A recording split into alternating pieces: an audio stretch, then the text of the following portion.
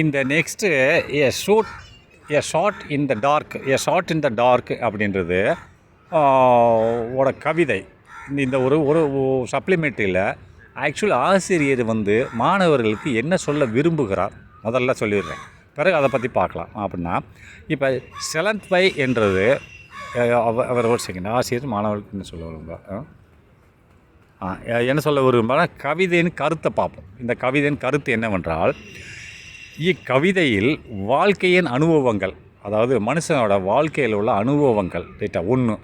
ரெண்டாவது சோதனைகள், ஒரு மனுஷனுக்கு வாழ்க்கையில் உள்ள அனுபவங்கள் மற்றும் சோதனைகள், முயற்சி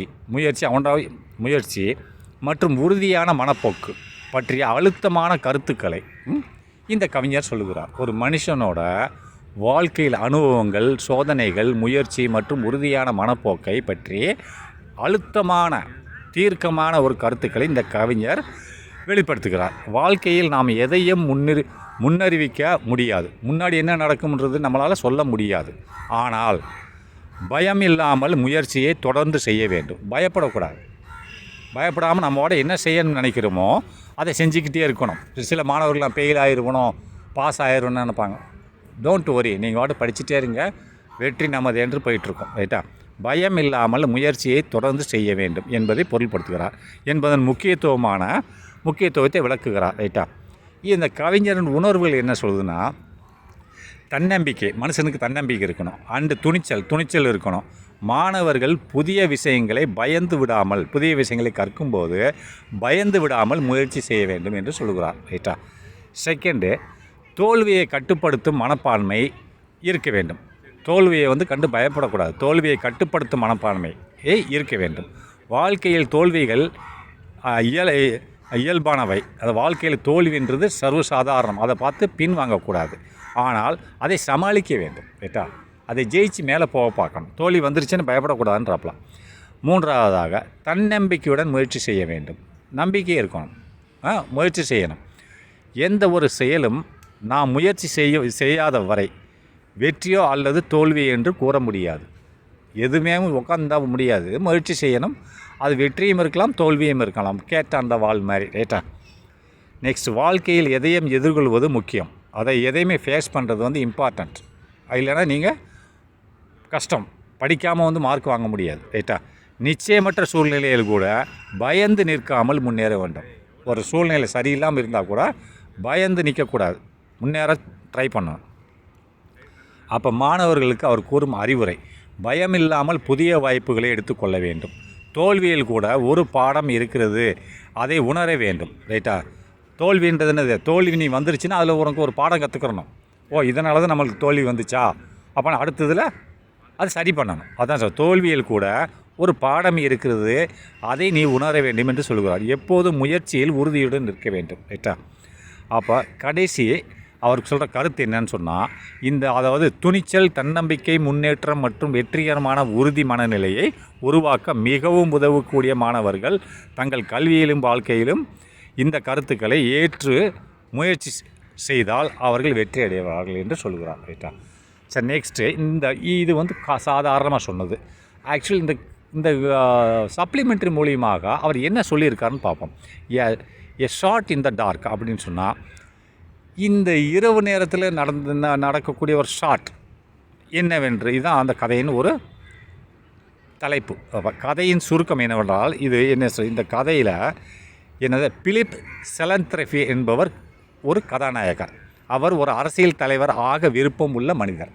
அவருக்கு ஒரு ஆசை இருக்குது. என்ன ஆசைனா, ஒரு பெரிய அரசியல் தலைவர் ஆக வேண்டும். இப்போ இதுக்கு இல்லை, ஆனால் ஆக வேண்டும் என்று விருப்பம் இருக்கிறது ரைட்டா. அடுத்து பெர்ட்டின்றது ஒரு பையன், ஒரு இளைஞன். அவனது ஒழுக்கம் சந்தேகத்துக்குரியது, அவனோட ஒழுக்கமானது சந்தேகத்துக்குரியது, அவனோட கேரக்டர் ரைட்டா.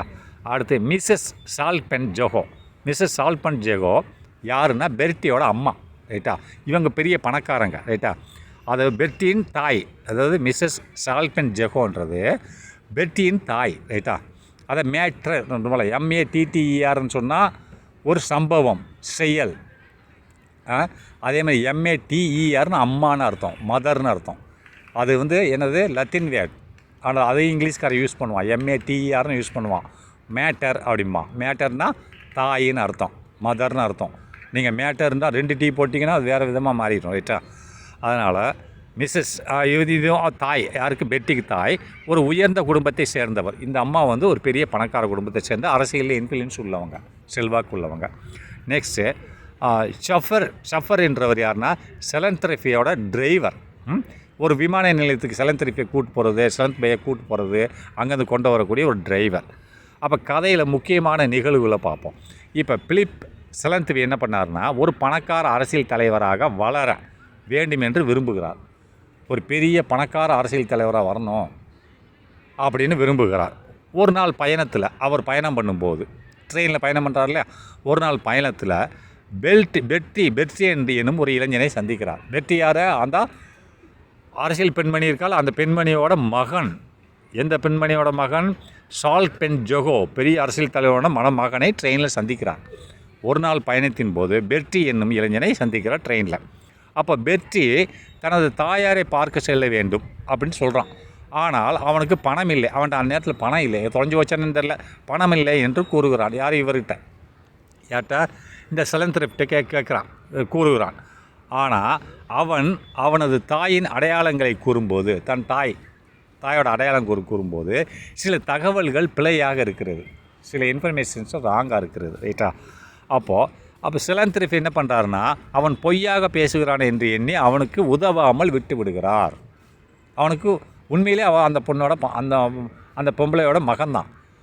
இவன் செலந்த்ரிஃப் அந்த பொம்பளை தான் பார்க்கவும் போகிறேன். மகன் உதவி கட்டி இவன் செய்யலை, ஏன்னா பொய் பேசலான்னு நினச்சிட்டான். பிறகு அவன் உண்மையிலேயே அந்த பெண்மணியின் மகன் என்பதை ஓட்டுநர் ஷஃபர் மூலம் தெரிந்து கொள்கிறான். ஆகா, இது அந்த பையன் உண்மையிலே அந்த பெண்மணியோட மகன்தான். அந்த பெண்மணியை தான் மீட் பண்ண போகிறாங்க. இதனால் செலந்த்வி என்ன பண்ணியிருக்காருன்னா, ஒரு நல்ல வாய்ப்பை இழந்து விடுகிறான். அவனுக்கு உதவி பண்ணியிருந்தால் நல்ல வாய்ப்பு கிடச்சிருக்கும், விளைந்து விடுகிறான். அப்போ இந்த கதையில் மூலம் நீ என்ன பாடம் கற்றுக்கொண்டாய் அப்படின்றத பார்ப்போம். முடிவெடுப்பதற்கு முன் முழுமையாக சிந்திக்க வேண்டும். முரட்டுத்தனமாக முடிவெடுக்கக்கூடாது. எந்த ஒரு செயலாக இருந்தாலும் சிந்தித்து முடிவெடுக்க வேண்டும், ரைட்டா? ஒரு மனிதனை அவன் சொல்வதை மட்டும் வைத்து மதிப்பீடு செய்யக்கூடாது. சில சமயத்தில் அவன் சொன்னது இப்போ உண்மையாகி போச்சு, இவன் என்ன பண்ண தப்பு பண்ணிட்டான்னு சொல்லிட்டு உதவி பண்ணலை. இப்போ அவன் அம்மாவை தான் இவன் பார்க்க போகிறான், மாட்டிக்கிட்டானா? அப்போது இவன் அரசியல்வாத முடியாத காரியமாகி போச்சு. அதனால் ஒரு மனிதனை அவன் சொல்வதை மட்டும் வைத்து மதிப்பீடு செய்யக்கூடாது, ரைட்டா? 2.